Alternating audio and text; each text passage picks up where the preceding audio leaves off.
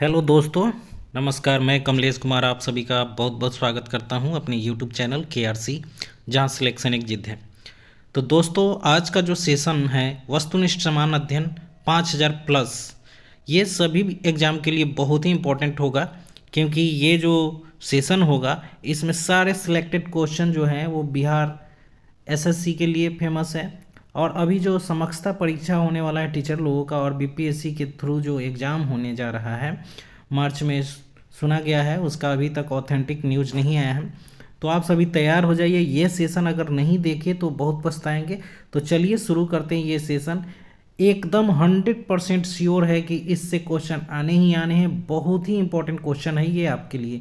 तो चलिए, आज का पहला क्वेश्चन जो शुरू हो रहा है वो एडिटोरिया का 5000 प्लस वन लाइनर क्वेश्चन है। तो देखना ना भूले, ये गेम चेंजर साबित होगा आपके लाइफ के लिए। तो एक बार जरूर देखें और लाइक करें, सब्सक्राइब करें, ठीक है। तो चलिए शुरू करते हैं आज का सेशन। पहला क्वेश्चन है, भारत में मानव का सर्वप्रथम साक्ष्य प्राप्त हुआ है किस घाटी से? तो नर्मदा घाटी से, ठीक है ना, नर्मदा घाटी से। सर्वप्रथम प्राचीनतम अस्थायी जीवन के प्रमाण कहाँ से मिले हैं? सर्वप्रथम प्राचीनतम अस्थायी जीवन के प्रमाण कहाँ से मिले हैं? तो मेहरगढ़ से मिला है, ठीक है, मेहरगढ़ से, ठीक है। नेक्स्ट अगला क्वेश्चन है, एक ही कब्र से 3 मानव कंकाल के अवशेष कहाँ से मिले हैं? ठीक है ना, एक ही कब्र से 3 मानव कंकाल के अवशेष कहाँ से मिले हैं? तो वो दमदमा से मिला है, ठीक है ना, दमदमा, ठीक है। अगला पॉइंट है आपका, गर्त आवास के साक्ष्य कहाँ से प्राप्त हुए? गर्त आवास के साक्ष्य कहाँ से प्राप्त हुए? तो ये बुर्ज होम से प्राप्त हुआ है, ठीक है ना। PBI सिलेक्टेड क्वेश्चन है आप लोगों के लिए, बहुत ही इंपॉर्टेंट होने वाला है ये। अगला पॉइंट है, मानव के साथ कुत्ते को दफनाने का साक्ष्य कहाँ से प्राप्त हुआ है? तो बुर्ज होम से प्राप्त हुआ है, ठीक है ना। मानव के साथ कुत्ते को दफनाने का साक्ष्य कहाँ से प्राप्त हुआ है? बुर्ज होम से। अगला पॉइंट है, जुता हुआ खेत का साक्ष्य कहाँ से प्राप्त हुआ है? ठीक है, जुता हुआ खेत का साक्ष्य कहाँ से प्राप्त हुआ? तो ये कालीबंगन से हुआ है। नेक्स्ट क्वेश्चन है आपका, अग्निकुंड का साक्ष्य कहाँ से प्राप्त हुआ है? ठीक है, अग्निकुंड का साक्ष्य कहाँ से प्राप्त हुआ है? तो कालीबंगन एवं लोथल से, ठीक है, कालीबंगन एवं लोथल से। नेक्स्ट है, युग्म समाधियाँ मतलब जोड़ा समाधियों का प्रमाण कहाँ से प्राप्त हुआ है? युग्म मतलब जोड़ा, तो कालीबंगन एवं लोथल से, ठीक है ना। युग्म समाधियों का प्रमाण कहाँ से मिला है? कालीबंगन एवं लोथल से, ठीक है। नेक्स्ट है अगला पॉइंट आपका, नक्काशीदार ईंटों का साक्ष्य कहाँ से प्राप्त हुआ है? तो नक्काशीदार ईंटों का साक्ष्य जो प्राप्त हुआ है वो कालीबंगन से हुआ है, कालीबंगन।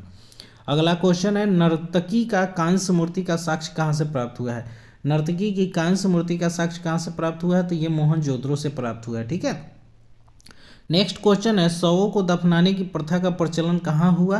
तो शवों की दफनाने की प्रथा का प्रचलन जो है ना, सबसे पहले हड़प्पा में शुरू हुआ था, ठीक है। और दूसरा क्वेश्चन है आपका, शवों को जलाने की प्रथा का प्रचलन, ठीक है ना, शवों को जलाने की प्रथा का प्रचलन कहाँ शुरू हुआ? सबसे पहले तो वो मोहनजोदड़ो में हुआ। VBI क्वेश्चन ये दोनों, दफनाने का जो प्रथा है वो हड़प्पा से, जलाने का प्रथा जो है वो मोहनजोदड़ो से, ठीक है।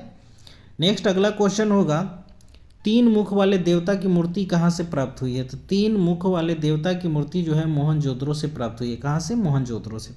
अगला पॉइंट है आपका, मिट्टी द्वारा निर्मित हल का साक्ष्य कहाँ से प्राप्त हुआ है? मिट्टी द्वारा निर्मित हल का साक्ष्य जो है वो बनमाली से प्राप्त हुआ है। कहाँ से? बनमाली से। नेक्स्ट पॉइंट है आपका, उन्नत जल प्रबंधन का साक्ष्य कहाँ से प्राप्त हुआ है? तो उन्नत जल प्रबंधन का जो साक्ष्य प्राप्त हुआ है वो धौलावीरा से, धौलावीरा से। नेक्स्ट क्वेश्चन है, शैलकृत स्थापत्य के प्राचीनतम प्रमाण कहाँ से प्राप्त हुए? शैलकृत स्थापत्य के प्राचीनतम प्रमाण जो है वो धौलावीरा से प्राप्त हुए। कहाँ से? धौलावीरा से, ठीक है। नेक्स्ट आगे बढ़ते हैं हम लोग। अगला क्वेश्चन है, वैसा हड़प्पा कालीन स्थल जो 3 भागों में विभक्त था, 3 भागों में विभक्त था, वो था धौलावीरा, ठीक है, धौलावीरा। नेक्स्ट क्वेश्चन है आपका, कृषि का प्रथम साक्ष्य कहाँ से प्राप्त हुआ? तो कृषि का प्रथम साक्ष्य जो है वो मेहरगढ़ से प्राप्त हुआ है, मेहरगढ़। नेक्स्ट है अगला पॉइंट, चावल का प्राचीनतम साक्ष्य कहाँ से प्राप्त हुआ है? तो चावल का प्राचीनतम साक्ष्य जो है ना वो कोल्डिहवा से प्राप्त हुआ है, कोल्डिहवा। नेक्स्ट है, आग का आविष्कार किस काल में हुआ? तो आग का आविष्कार जो है पूरा पाषाण काल में हुआ। किस काल में? पूरा पाषाण काल में। नेक्स्ट क्वेश्चन है, पहिए का आविष्कार कब हुआ? तो पहिए का आविष्कार जो है ना नवपाषाण काल में हुआ था। अगला पॉइंट है, मानव द्वारा सर्वप्रथम प्रयुक्त अनाज कौन सा था? तो जौ एवं गेहूं, ठीक है। जौ को पहले यौ बोला जाता था, जौ होगा, सबसे पहला पूछ रहा है तो जौ होगा, ठीक है।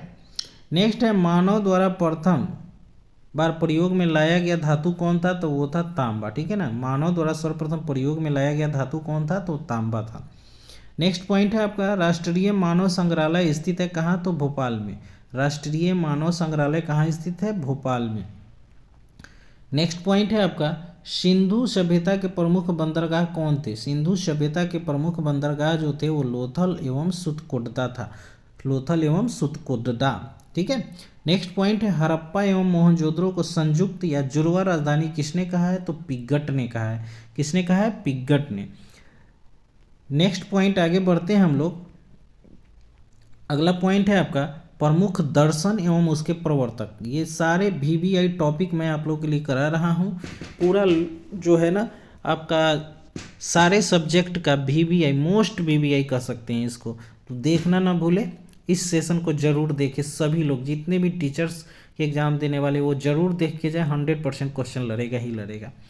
तो ये दर्शन है और उसके प्रवर्तक है योग दर्शन। योग दर्शन के जो प्रवर्तक थे वो पतंजलि, योग के पतंजलि। न्याय दर्शन के जो प्रवर्तक है वो गौतम जी हैं, महर्षि गौतम बोल सकते हैं इसको, न्याय दर्शन के महर्षि गौतम।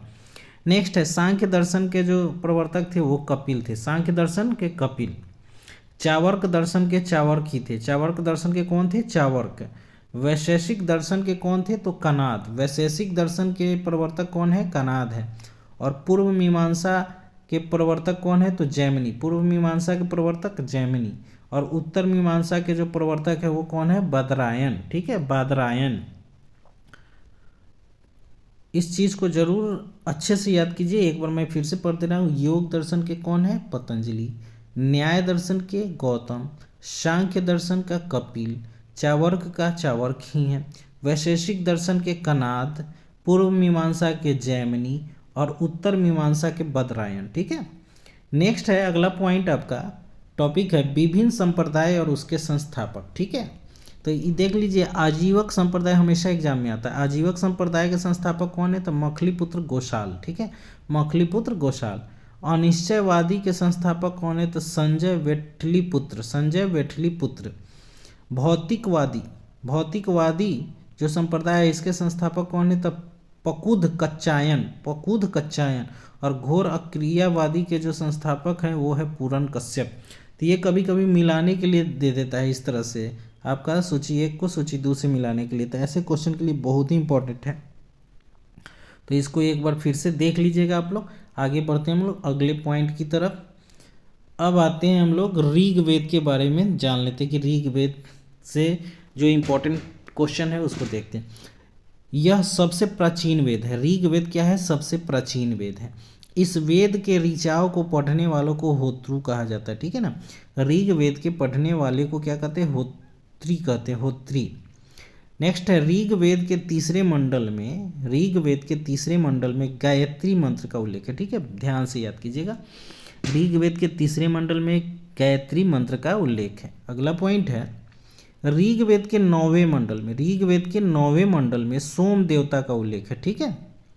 अगला पॉइंट है, ऋग्वेद के 10वें मंडल में, ठीक है, ऋग्वेद के 10वें मंडल में 4 वर्णों का, ब्राह्मण, क्षत्रिय, वैश्य एवं शूद्र का उल्लेख है, ठीक है। तो एक बार फिर से देख लीजिए, तीसरे मंडल में है गायत्री मंत्र, 9वें मंडल में सोम देवता, और 10वें मंडल में क्या है? 4 वर्णों का उल्लेख है, ठीक। नेक्स्ट है आपका अगला पॉइंट, ऋग्वेद में इंद्र के लिए 250 और अग्नि के लिए जो है ना 200 ऋचाओं की रचना की गई है, ठीक है। ऋग्वेद में इंद्र के लिए 250 और अग्नि के लिए 200 ऋचाओं की स्थापना की गई है। अगला पॉइंट है आपका, गोत्र शब्द का सर्वप्रथम उल्लेख जो है ऋग्वेद में किया गया है। गोत्र शब्द का उल्लेख सर्वप्रथम किस वेद में है? तो ऋग्वेद में, ठीक। नेक्स्ट है, ऋग्वेद में गाय के लिए, ऋग्वेद में गाय के लिए अघन्य शब्द का प्रयोग किया गया है, अघन्य शब्द का प्रयोग किया गया है, ठीक है। अब आगे बढ़ते हैं हम लोग यजुर्वेद की तरफ, ठीक है। यजुर्वेद, यजुर्वेद के ऋचाओं को पढ़ने वाले को अधर्यु कहते हैं। क्या बोलते हैं? अधर्यु कहते हैं। यजुर्वेद के ऋचाओं को पढ़ने वाले को अधर्यु कहा जाता है। यजुर्वेद में यज्ञों के नियम एवं विधि विधानों का संकलन मिलता है। यजुर्वेद में यज्ञों के नियम एवं विधि विधानों का संकलन मिलता है, ठीक है। नेक्स्ट है, यजुर्वेद में बलिदान विधि का भी उल्लेख मिलता है। यजुर्वेद में क्या मिलता है? बलिदान विधि का भी उल्लेख मिलता है। और यजुर्वेद जो है गद्य एवं पद दोनों वाला वेद है, ठीक है ना। गद्य एवं पद दोनों किस वेद में है, तो यजुर्वेद में है, ठीक है। तो ये थी यजुर्वेद से मोस्ट इंपॉर्टेंट फैक्ट। अब आगे बढ़ते हैं, हम सामवेद के बारे में देखते हैं। सामवेद जो है ना, इसके ऋचाओं को पढ़ने वाले को उदात्री कहते हैं। सामवेद के ऋचाओं को पढ़ने वाले को उदात्री कहते हैं, ठीक है। और सामवेद को जो है ना भारतीय संगीत का जनक कहा जाता है। भारतीय संगीत का जनक किस वेद को कहते हैं, तो सामवेद को। नेक्स्ट है अथर्ववेद। इस वेद में सर्वप्रथम औषधि का उल्लेख मिलता है, ठीक है ना। औषधि का उल्लेख किस वेद में मिलता है, तो अथर्ववेद में मिलता है। और अथर्ववेद में सभा एवं समिति को प्रजापति की दो पुत्रियां कहा गया, ठीक है ना। सभा एवं समिति को प्रजापति की पुत्रियां जो कहा गया है वो अथर्ववेद में कहा गया है। और सबसे बाद वाला वेद कौन सा है, तो अथर्ववेद, ठीक है। सबसे बाद वाला वेद अथर्ववेद। नेक्स्ट आगे बढ़ते हैं हम लोग। वेदों की संख्या कितनी है, तो 4। वेदों की संख्या 4, वेदांगों की संख्या 6, वेदांगों की संख्या 6 और पुराणों की संख्या 18। कहीं कहीं महापुराण लिख देता है तो इसमें फंसिएगा नहीं, महापुराण या पुराण एक ही होगा। पुराणों की संख्या 18 या महापुराणों की संख्या 18 ही होगा। उपनिषदों की संख्या कितनी है, तो 108, ठीक है। तो ये चारों जरूर ध्यान से याद रखें। वेद 4 हो गए, वेदांग 6 हो गए, पुराणों की संख्या 18 हो गई और उपनिषदों की संख्या 108, ठीक है। नेक्स्ट आगे बढ़ते हैं हम लोग, बौद्ध धर्म से रिलेटेड फैक्ट को जानते हैं। बौद्ध धर्म के संस्थापक कौन थे, तो गौतम बुद्ध, ठीक है। बौद्ध धर्म के संस्थापक गौतम बुद्ध। गौतम बुद्ध का जन्म 563 ईसा पूर्व में 563 ईसा पूर्व में लुम्बिनी, जो नेपाल में पड़ता है, में हुआ था, ठीक है। गौतम बुद्ध का जन्म 563 ईसा पूर्व लुम्बिनी नेपाल में हुआ था। गौतम बुद्ध की मृत्यु जो हुई 483 ईसा पूर्व कुशीनारा उत्तर प्रदेश में हुई। कुशीनारा उत्तर प्रदेश में हुई, ठीक है। गौतम बुद्ध के बचपन का नाम सिद्धार्थ था। क्या था, बुद्ध के बचपन का नाम क्या था, सिद्धार्थ। नेक्स्ट, गौतम बुद्ध को 6 वर्ष की कठिन तपस्या के उपरांत 35 वर्ष की आयु में फल्गु नदी के किनारे, ठीक है, ज्ञान की प्राप्ति हुई थी। फल्गु नदी के किनारे पीपल वृक्ष के नीचे ज्ञान की प्राप्ति हुई थी। कितने वर्ष की कठिन तपस्या, तो 6 वर्ष की कठिन तपस्या। नेक्स्ट आगे बढ़ते हैं हम लोग। बुद्ध ने अपना पहला एवं सर्वाधिक उपदेश क्रमशः, तो बुद्ध ने अपना पहला जो उपदेश दिया वो कहाँ दिया, सारनाथ में। बुद्ध ने अपना पहला उपदेश कहाँ दिया, सारनाथ में। और सर्वाधिक उपदेश कहाँ पर दिया था, तो श्रावस्ती में। श्रावस्ती जो है कौशल की राजधानी थी, उस समय कौशल एक नगर था, उसकी राजधानी श्रावस्ती थी, ठीक है। तो बुद्ध ने अपना पहला उपदेश कहाँ दिया, सारनाथ में। सबसे अधिक बार उपदेश कहाँ दिया, तो श्रावस्ती में दिया, ठीक है। बौद्ध धर्म में आत्मा की परिकल्पना नहीं है, ठीक है ना। बौद्ध धर्म में आत्मा की परिकल्पना नहीं है, जबकि पुनर्जन्म की मान्यता है, ठीक है ना। बौद्ध धर्म आत्मा को नहीं मानते हैं लेकिन पुनर्जन्म को मानते हैं, ठीक है। नेक्स्ट अगला पॉइंट, बौद्ध संघ में सम्मिलित होने की न्यूनतम आयु कितनी है, तो 15 वर्ष थी, ठीक है। बौद्ध संघ में सम्मिलित होने की न्यूनतम आयु कितनी थी, 15 वर्ष थी, ठीक। अगला पॉइंट है आपका, गौतम बुद्ध ने आम्रपाली को सर्वसम्मति से स्त्री रत्न घोषित किया था। गौतम बुद्ध ने आम्रपाली को सर्वसम्मति से स्त्री रत्न घोषित किया था, ठीक है।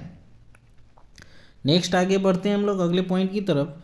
सर एडविन अर्नाल्ड ने गौतम बुद्ध को एशिया का ज्योतिपुंज, मतलब लाइट ऑफ एशिया कहा था। लाइट ऑफ एशिया, ठीक है, एशिया का ज्योतिपुंज। अगला पॉइंट है आपका,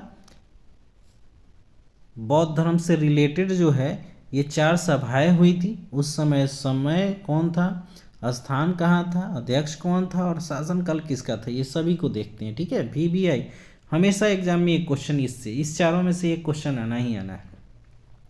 तो प्रथम बौद्ध संगीति जो हुआ था वो 483 ईसा पूर्व में हुआ था। प्रथम कब हुआ था, 483 ईसा पूर्व में। कहाँ हुआ था, तो राजगृह में हुआ था। कहाँ, राजगृह में। और उस समय उसके अध्यक्ष कौन थे, तो महाकश्यप जी थे।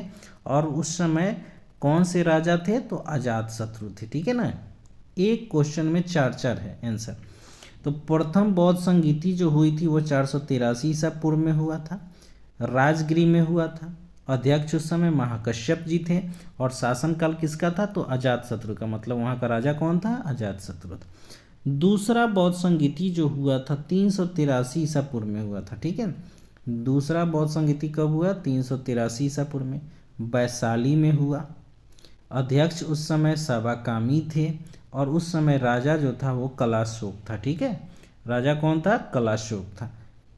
तृतीय बौद्ध संगीति जो हुई 250 ईसा पूर्व में हुई, ठीक है। तीसरा जो बौद्ध संगीति हुआ 250 ईसा पूर्व में हुआ, पाटलिपुत्र में हुआ। उस समय अध्यक्ष मोगलीपुत्र तिष्य थे और राजा जो थे वो अशोक थे, ठीक है ना, अशोक जी का शासन था। अगला है चतुर्थ बौद्ध संगीति जो हुआ था वो 98 ईस्वी में हुआ था। ईस्वी में मतलब इसे हम ईसा के जन्म के बाद, मतलब कि ईसा के शताब्दी को बोल सकते हैं, ठीक है ना। ईस्वी में हुआ था, ईसा की प्रथम शताब्दी बोल सकते हैं, ठीक है। ईसा की प्रथम शताब्दी या 98 ईस्वी, अब अगर एग्जैक्ट है तो 98 ईस्वी ही लिखेंगे, आंसर टिक करेंगे। चतुर्थ बौद्ध संगीति ईसा की प्रथम शताब्दी में हुई या 98 ईस्वी बोल सकते हैं। स्थान था कुंडलवन, कश्मीर, ठीक है, कुंडलवन जो कश्मीर में था। और उस समय अध्यक्ष वसुमित्र जी थे और राजा कनिष्क था। राजा कौन था? कनिष्क था। तो ध्यान से याद रखिएगा, आप लोग अगर इस तरह से याद करना चाहते तो राजा का नाम अका अक याद रखिएगा, अका अक आपको याद रहेगा। अ से अजात शत्रु, क से कलाशोक, अ से अशोक और क से कनिष्क, ठीक है ना। तो ये राजा का क्रम हो गया।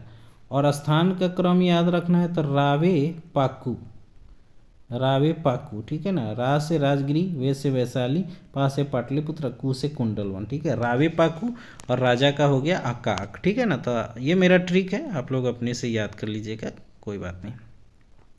नेक्स्ट आगे बढ़ते हैं, जैन धर्म के फैक्ट को जानते हैं। जैन धर्म के संस्थापक जो थे वो ऋषभदेव थे। जैन धर्म की संस्थापक कौन थे? ऋषभदेव। जैन धर्म के 22वें तीर्थंकर जो थे वो अरिष्टनेमी थे, ठीक है। 22वें तीर्थंकर कौन थे? अरिष्टनेमी थे। और 23वें तीर्थंकर जो हुए वो पार्श्वनाथ हुए, ठीक है। 23वें तीर्थंकर पार्श्वनाथ हुए। नेक्स्ट पॉइंट है, महावीर स्वामी जैन धर्म के 24वें एवं अंतिम तीर्थंकर हुए, ठीक है। तो जैन धर्म में कुल कितने तीर्थंकर हुए? तो 24 हुए। और सबसे अंतिम जो 24वें नंबर पर थे वो थे महावीर, और इन्हें ही वास्तविक संस्थापक माना जाता है जैन धर्म का, ठीक है।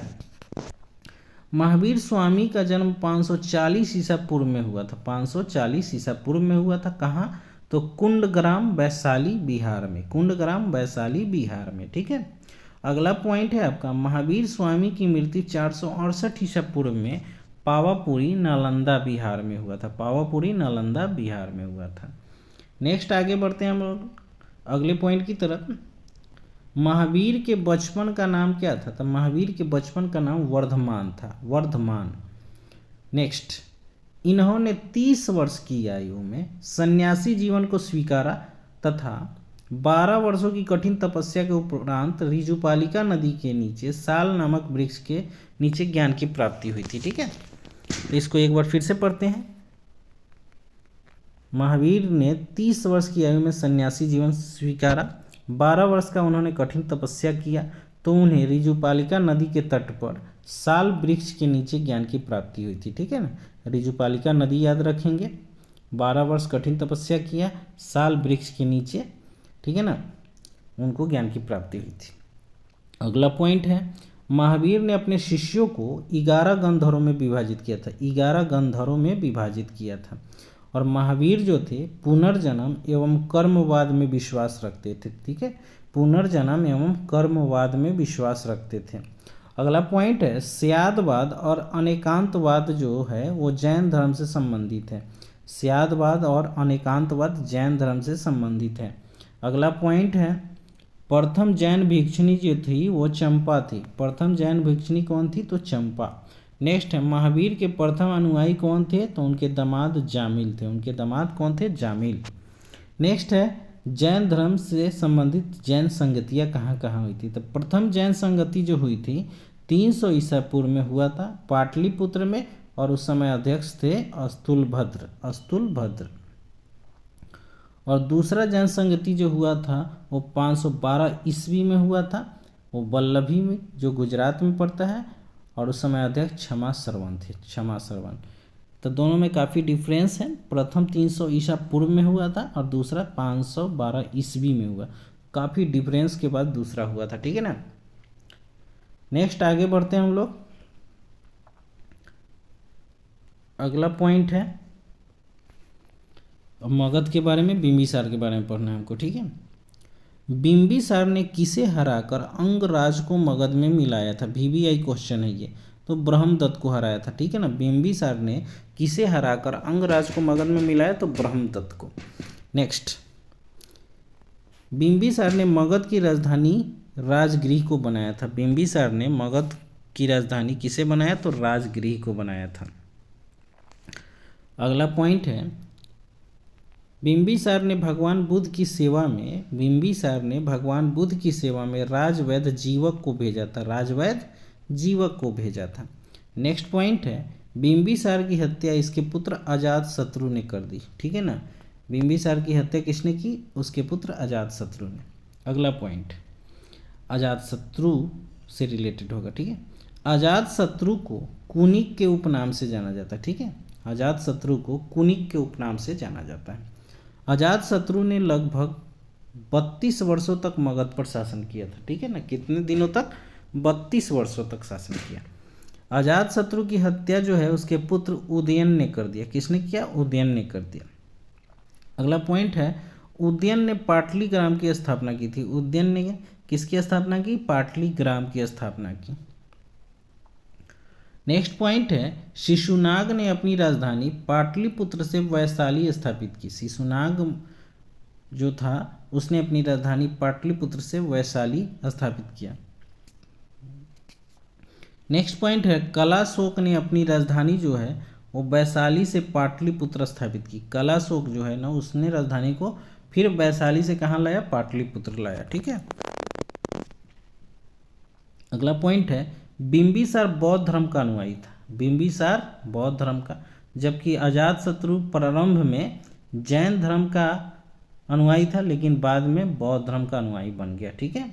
तो बिंबिसार शुरू से ही बौद्ध धर्म को माना, लेकिन अजातशत्रु पहले जैन धर्म को माना, फिर बाद में वो क्या कर दिया? बौद्ध धर्म का अनुयायी बन गया। नेक्स्ट है शिशुनाग का उत्तराधिकारी कलाशोक हुआ। शिशुनाग का उत्तराधिकारी कौन हुआ? कलाशोक हुआ। अगला पॉइंट है शिशुनाग वंश का अंतिम राजा कौन था? तो शिशुनाग वंश का अंतिम राजा नंदीवर्धन था। कौन था? नंदीवर्धन। अगला पॉइंट है नंद वंश का संस्थापक कौन था? तो नंद वंश का संस्थापक महापद्म नंद था। महापद्म नंद। नेक्स्ट, नंद वंश का अंतिम शासक कौन था? तो नंद वंश का अंतिम शासक घनानंद था, ठीक है, घनानंद। नेक्स्ट पॉइंट है चंद्रगुप्त मौर्य ने घनानंद को पराजित करके, मतलब घनानंद को हराकर मौर्य वंश की स्थापना की थी, ठीक है। चंद्रगुप्त मौर्य ने घनानंद को हराकर मौर्य वंश की स्थापना की थी। तो ये जितने भी क्वेश्चन मैं अभी करा रहा हूँ पूरे सिलेक्टेड क्वेश्चन है, ठीक है, सिलेक्टेड क्वेश्चन है। तो इस सिलेक्टेड क्वेश्चन को ना छोड़ते हुए आप लोग लगातार पढ़ेंगे, लगातार देखेंगे। बहुत ही इम्पोर्टेंट है, ये खास है, ये गेम चेंजर इसको एग्जाम में कर सकते हैं। तो ये आपका जो सेशन अभी चलेगा, ये सेशन एक दिन में ख़त्म नहीं होने वाला है। 5000 क्वेश्चन, तो इसे मैं छोटे छोटे पार्ट में बनाऊंगा कि आप लोग भी देखने में बोर ना होंगे और इसे लगातार देखेंगे, ठीक है। तो चलिए आगे बढ़ते हैं हम लोग नेक्स्ट पॉइंट की तरफ। अब आते हैं महाजनपद एवं उसकी राजधानी को देखते हैं। महाजनपद और उसकी राजधानी। मगध की राजधानी जो थी वो ग्रीवव्रज या राजगिरी थी। मगध की राजधानी कहाँ थी? ग्रीवव्रज या राजगिरी। कौशल की राजधानी कहाँ थी? तो श्रावस्ती। कौशल की राजधानी कहाँ थी? श्रावस्ती, ठीक है। अंग की राजधानी देखते हैं। अंग की राजधानी तो चंपा। अंग की राजधानी चंपा। अवंती की राजधानी तो उज्जैन। अवंती की राजधानी उज्जैन। वज्जी की राजधानी कहाँ थी? तो वैशाली। वज्जी की राजधानी तो वैशाली। मल्ल की राजधानी कहाँ थी? तो कुशावती। मल्ल की राजधानी कुशावती। काशी की राजधानी तो वाराणसी। काशी की राजधानी वाराणसी, ठीक है। पंचाल की राजधानी तो अहिछत्र या काम्पिल्य बोल सकते हैं, दोनों था। पंचाल की राजधानी अहिछत्र या काम्पिल्य, ठीक है। नेक्स्ट है वत्स की राजधानी कहाँ थी? तो कौशाम्बी। वत्स की राजधानी कौशाम्बी। कुरु की राजधानी कहाँ थी? तो इंद्रप्रस्थ। कुरु की राजधानी इंद्रप्रस्थ। कंबोज की राजधानी था हाटक। अस्मक की राजधानी कहाँ थी? पोटली। अस्मक की राजधानी पोटली।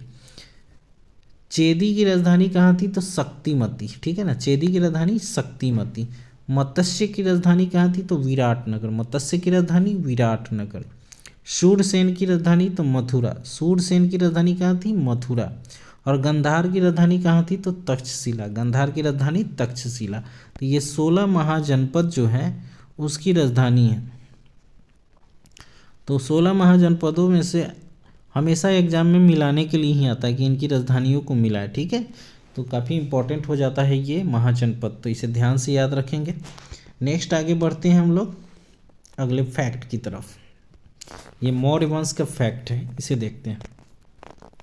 मौर्य वंश की स्थापना किसने किया था? तो चंद्रगुप्त मौर्य ने, ठीक है ना, चंद्रगुप्त मौर्य ने। अगला पॉइंट है, जस्टिन ने चंद्रगुप्त मौर्य को सेंट्रोकोटस कहा, ठीक है ना, सेंट्रोकोट्स कहा था। किसने कहा था? जस्टिन ने कहा था। किसको कहा था? चंद्रगुप्त मौर्य को कहा था। क्या कहा था? सेंट्रोकोट्स। नेक्स्ट है अगला पॉइंट, मुद्रा राक्षस एक पुस्तक का नाम है।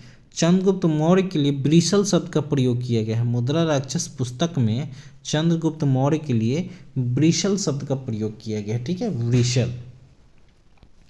अगला पॉइंट है, चाणक्य जो थे वो चंद्रगुप्त मौर्य का प्रधानमंत्री था। चाणक्य जो था वो चंद्रगुप्त मौर्य का प्रधानमंत्री था। चाणक्य को हम लोग कौटिल्य भी कहते हैं, विष्णुगुप्त भी कहते हैं, ठीक है, तो इसे भी याद रखेंगे। नेक्स्ट है अगला पॉइंट, चाणक्य द्वारा लिखित पुस्तक कौन थी? अर्थशास्त्र। का संबंध किससे है? तो राजनीति से। बीबीआई क्वेश्चन है ये। चाणक्य द्वारा लिखित पुस्तक अर्थशास्त्र थी, उसका संबंध किससे था? राजनीति से। अगला पॉइंट है, चंद्रगुप्त मौर्य ने 305 ईसा पूर्व में सेल्यूकस निकेटर को हराया था, ठीक है ना, सेल्यूकस निकेटर को हराया था, जो सिकंदर का सेनापति था, ठीक है, सिकंदर का सेनापति। अगला पॉइंट है, सेल्यूकस निकेटर का राजदूत जो था वो मेगास्थनीज जो है चंद्रगुप्त मौर्य के दरबार में आया था। सेल्यूकस निकेटर का राजदूत मेगास्थनीज जो है चंद्रगुप्त मौर्य के दरबार में आया था। PBI question. अगला पॉइंट है, इंडिका पुस्तक की रचना किसने की थी? तो मेगास्थनीज ने। इंडिका पुस्तक की रचना किसने किया? मेगास्थनीज ने। नेक्स्ट पॉइंट है, चंद्रगुप्त मौर्य जैन धर्म का अनुयायी था। चंद्रगुप्त मौर्य जो था वो जैन धर्म का अनुयायी था तथा इसने भद्रबाहु से जैन धर्म की दीक्षा ली थी। किससे लिया था? भद्रबाहु से। नेक्स्ट है अगला पॉइंट, चंद्रगुप्त मौर्य का उत्तराधिकारी जो हुआ वो बिंदुसार हुआ। चंद्रगुप्त मौर्य का उत्तराधिकारी बिंदुसार हुआ। इसे अमित्र घात के नाम से जाना जाता है। किस नाम से? अमित्र घात के नाम से जाना जाता है। इसे वायु पुराण में भद्रसार कहा गया। इसे वायु पुराण में भद्रसार कहा गया, ठीक है ना, वायु पुराण में क्या कहा गया है? भद्रसार। नेक्स्ट है, इसे जैन धर्म में शीश सेन के नाम से जाना गया है, ठीक है ना, शीश सेन के नाम से जाना गया है। अगला पॉइंट है, बौद्ध विद्वान तारानाथ ने बिंदुसार को 16 राज्यों का विजेता बताया, ठीक है ना। बौद्ध विद्वान तारानाथ ने बिंदुसार को 16 राज्यों का विजेता बताया। नेक्स्ट अगला पॉइंट है, बिंदुसार का उत्तराधिकारी कौन हुआ? तो अशोक, ठीक है, बिंदुसार का उत्तराधिकारी कौन हुआ? तो अशोक हुआ। नेक्स्ट है अगला पॉइंट, 269 ईसा पूर्व में मगध की राजगद्दी पर कौन बैठा? तो अशोक बैठा। अशोक जो है 269 ईसा पूर्व में मगध की राजगद्दी पर बैठा। अगला पॉइंट है, अशोक अपने राज्याभिषेक के समय अवंती का राज्यपाल था। अशोक अपने राज्याभिषेक के समय अवंती का राज्यपाल था, ठीक है। अगला पॉइंट है, पुराणों में अशोक को अशोक वर्धन कहा गया है। पुराणों में अशोक को क्या कहते हैं? अशोक वर्धन। अगला पॉइंट है, मास्की तथा गुर्जरा अभिलेख में अशोक का नाम अशोक मिलता है, ठीक है ना। मास्की तथा गुर्जरा अभिलेख में इसका नाम क्या मिलता है? अशोक मिलता है। नेक्स्ट आगे बढ़ते हैं हम लोग। भ्राबु अभिलेख में अशोक ने स्वयं को मगध का सम्राट बताया, ठीक है ना। भ्राबु अभिलेख में अशोक ने स्वयं को मगध का सम्राट बताया। नेक्स्ट पॉइंट है, अशोक अपने राज्याभिषेक के 10वें वर्ष बोध गया तथा 20वें वर्ष लुम्बिनी की यात्रा किया, ठीक है। अशोक अपने राज्याभिषेक के 10वें वर्ष बोध गया तथा 20वें वर्ष लुम्बिनी की यात्रा की, ठीक है। वीवीआई क्वेश्चन इस बार बीपीएससी टीचर में ये पूछा था। नेक्स्ट पॉइंट है, अशोक ने 261 ईसा पूर्व में कलिंग पर आक्रमण कर उसकी राजधानी तोसली पर अधिकार कर लिया। ठीक है ना, अशोक ने 261 ईसा पूर्व में कलिंग पर आक्रमण कर उसकी राजधानी तोसली पर अधिकार कर लिया। नेक्स्ट पॉइंट है, अशोक ने उपगुप्त नामक बौद्ध भिक्षु से बौद्ध धर्म की शिक्षा ली थी। ठीक है, नेक्स्ट है, अशोक का सबसे लंबा अभिलेख जो है वो 7वां अभिलेख है। ठीक है ना, सबसे लंबा अभिलेख 7वां अभिलेख, और सबसे छोटा अभिलेख जो है वो रुम्मी देई का अभिलेख है। रुम्मी देई का अभिलेख है।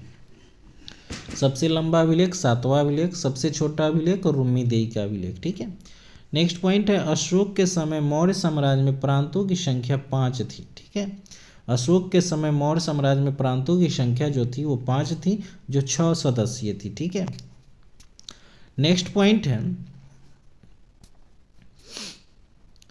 अशोक ने भारत में सर्वप्रथम शिलालेखों का प्रचलन शुरू किया।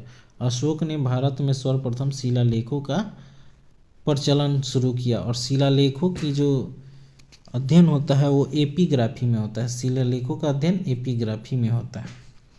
नेक्स्ट पॉइंट है, अशोक के शिलालेख सामान्यतः ब्राह्मी, खरोष्टी, ग्रीक तथा अरमाइक लिपि में लिखे गए हैं। ठीक है ना, अशोक के जो शिलालेख है उसकी भाषा ब्राह्मी है, खरोष्टी है, ग्रीक है और अरमाइक है।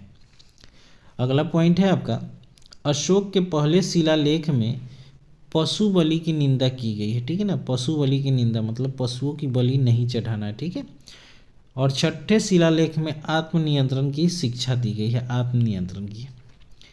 नेक्स्ट पॉइंट है, मौर्य वंश ने लगभग 137 वर्षों तक शासन किया था। कितने वर्षों तक? 137, 137 वर्षों तक शासन किया। नेक्स्ट आगे बढ़ते हैं हम लोग अगले पॉइंट की तरफ। नेक्स्ट जो आपका है फैक्ट वो कुषाण से संबंधित है। कुषाण वंश के संस्थापक कौन थे? तो कुजल कटफिसेस। कुषाण वंश के संस्थापक कुजल कटफिसेस। अगला पॉइंट है, कुषाण वंश का सबसे प्रतापी राजा कौन था? तो कनिष्क। कुषाण वंश का सबसे प्रतापी राजा कनिष्क था। नेक्स्ट है, कनिष्क ने अपनी राजधानी पुरुषपुर एवं दूसरी राजधानी मथुरा को बनाया था। कनिष्क ने अपनी राजधानी पुरुषपुर एवं दूसरी राजधानी मथुरा को बनाया था। अगला पॉइंट है, कनिष्क ने 78 ईस्वी में शक संवत की शुरुआत की, जिसका प्रयोग वर्तमान में भारत सरकार द्वारा किया जाता है। ठीक है, कनिष्क ने 78 ईस्वी में शक संवत की शुरुआत की, जिसका प्रयोग अभी वर्तमान में भारत सरकार द्वारा जो है ग्रिगोरियन कैलेंडर उसी पर आधारित है। नेक्स्ट है अगला पॉइंट, कनिष्क के दरबार में आयुर्वेद के विद्वान चरक रहते थे। ठीक है ना, आयुर्वेद के विद्वान कौन रहते थे? चरक रहते थे। अगला पॉइंट है, बुद्ध चरित की रचना अश्वघोष ने की थी। बुद्ध चरित की रचना जो है अश्वघोष ने की थी, जो कनिष्क के दरबार में रहते थे। अश्वघोष किसके दरबार में रहते थे? तो कनिष्क के दरबार में रहते थे, जिन्होंने बुद्ध चरितम पुस्तक की रचना की थी। तो बुद्ध चरितम को बौद्धों का रामायण कहा जाता है। ठीक है, बौद्धों का रामायण किस पुस्तक बोलते हैं? तो बुद्ध चरितम को। नेक्स्ट पॉइंट है, गांधार शैली एवं मथुरा शैली का सर्वाधिक विकास कनिष्क के शासनकाल में हुआ। ठीक है, नेक्स्ट है, प्रसिद्ध रेशम मार्ग का प्रारंभ जो है कनिष्क ने किया था। प्रसिद्ध रेशम मार्ग का प्रारंभ किसने किया? तो कनिष्क ने किया था। अगला पॉइंट है आपका, कुषाण वंश के समय ही सर्वप्रथम बुद्ध की खड़ी प्रतिमा का निर्माण हुआ था। ठीक है ना, कुषाण वंश के समय ही सर्वप्रथम बुद्ध की खड़ी प्रतिमा का निर्माण हुआ था। अगला पॉइंट है आपका, कुषाण काल में सर्वाधिक किसका विकास हुआ? तो वास्तुकला का विकास हुआ था। कुषाण काल में सर्वाधिक विकास वास्तुकला के क्षेत्र में हुआ था, वास्तुकला। ठीक है, नेक्स्ट अगला पॉइंट है आपका, गुप्त से रिलेटेड महत्वपूर्ण फैक्ट। गुप्त वंश का संस्थापक कौन था? तो श्रीगुप्त। गुप्त वंश का संस्थापक श्रीगुप्त। गुप्त वंश का सबसे महान सम्राट कौन था? प्रथम महान सम्राट, तो वो चंद्रगुप्त प्रथम था। ठीक है, गुप्त वंश का प्रथम महान सम्राट कौन बना? तो चंद्रगुप्त प्रथम बना। चंद्रगुप्त प्रथम ने महाराज धीराज की उपाधि धारण की। चंद्रगुप्त प्रथम ने महाराज धीराज की उपाधि धारण की थी। चंद्रगुप्त प्रथम ने गुप्त संवत की स्थापना की। गुप्त संवत की स्थापना 319 बीस ईस्वी में, ठीक है ना, गुप्त संवत की स्थापना। अगला पॉइंट है आपका, चंद्रगुप्त प्रथम का उत्तराधिकारी कौन हुआ? तो समुद्रगुप्त। चंद्रगुप्त प्रथम का उत्तराधिकारी कौन बना? तो समुद्रगुप्त। नेक्स्ट है, समुद्रगुप्त को भारत का नेपोलियन कहा जाता है तथा इसे कविराज के भी नाम से जानते हैं। समुद्रगुप्त को भारत का नेपोलियन कहते हैं तथा इन्हें कविराज के उपनाम से भी जानते हैं। अगला पॉइंट है, समुद्रगुप्त ने परम भागवत की उपाधि धारण की थी। परम भागवत की उपाधि धारण की थी। नेक्स्ट पॉइंट है, समुद्रगुप्त के दरबार में प्रसिद्ध कवि हरिसेन रहते थे। हरिसेन रहते थे जिन्होंने प्रयाग प्रशस्ति लेख को लिखा है। प्रयाग प्रशस्ति लेख को किसने लिखा? तो हरिसेन ने लिखा है। अगला पॉइंट है, समुद्रगुप्त का उत्तराधिकारी कौन हुआ? तो चंद्रगुप्त द्वितीय हुआ, चंद्रगुप्त सेकंड। नेक्स्ट है, चंद्रगुप्त द्वितीय के शासनकाल में फाहियान भारत आया था। चंद्रगुप्त द्वितीय के शासनकाल में फाहियान आया था। क्वेश्चन आपसे पूछेगा कि फाहियान किसके दरबार में आया था? तो चंद्रगुप्त द्वितीय के दरबार में आया था। नेक्स्ट पॉइंट है आपका, चंद्रगुप्त द्वितीय के दरबार में कालिदास, धन्वंतरी, वराहमिहिर जैसे विद्वान रहते थे, ठीक है ना। कालिदास, धन्वंतरी और वराहमिहिर जैसे विद्वान रहते थे। अगला पॉइंट है, चंद्रगुप्त द्वितीय का उत्तराधिकारी कौन हुआ? तो कुमारगुप्त। चंद्रगुप्त द्वितीय का उत्तराधिकारी तो कुमारगुप्त। कुमारगुप्त ने ही नालंदा विश्वविद्यालय की स्थापना की थी, ठीक है। नालंदा विश्वविद्यालय की स्थापना किसने किया? कुमारगुप्त ने। नेक्स्ट है, प्रसिद्ध सुदर्शन झील का पुनरुद्धार किसने किया था? तो स्कंदगुप्त ने किया था। स्कंदगुप्त ने। सुदर्शन झील का पुनरुद्धार किसने किया? तो स्कंदगुप्त ने किया था। नेक्स्ट पॉइंट है, गुप्त वंश का अंतिम शासक कौन था? तो विष्णुगुप्त। गुप्त वंश का अंतिम शासक कौन था? विष्णुगुप्त, ठीक है। नेक्स्ट आगे बढ़ते हैं हम लोग अगले पॉइंट की तरफ। पल्लव वंश का संस्थापक कौन था? तो सिंह विष्णु। पल्लव वंश का संस्थापक कौन था? सिंह विष्णु था। पल्लव वंश की राजधानी कहाँ थी? तो कांचीपुरम थी। कहाँ थी? कांचीपुरम। अगला पॉइंट है, मत विलास प्रहसन के लेखक जो थे वो महेंद्र वर्मन फर्स्ट थे, जो पल्लव वंश से संबंधित थे, ठीक है। मत विलास प्रहसन के लेखक कौन है? तो महेंद्र वर्मन प्रथम थे, जो पल्लव वंश से संबंधित है। अगला पॉइंट है आपका, महाबलीपुरम के एकात्मक रथ मंदिर का निर्माण किसने करवाया था? तो नरसिंह वर्मन प्रथम ने करवाया था। महाबलीपुरम के रथ मंदिरों का निर्माण किसने करवाया था?